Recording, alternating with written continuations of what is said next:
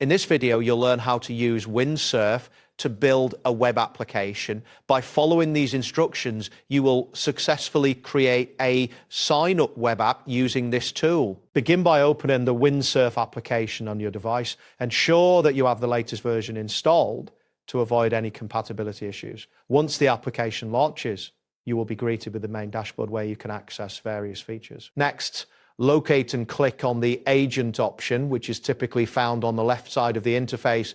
This will direct you to the agent management section. Here you can manage your agents and initiate new sessions for your projects. After that, click on the new session button. This action prompts Windsurf to prepare a new workspace for your project.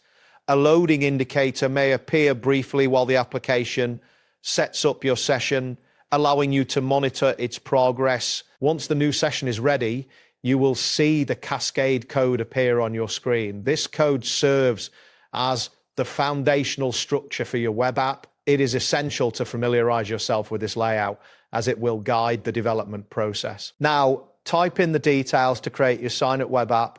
Make sure to specify the necessary fields and functionalities you want to include, such as user information and authentication processes. Pay attention to any formatting requirements to ensure the code is correctly structured. Wait for Windsurf to generate the application based on the input you provided.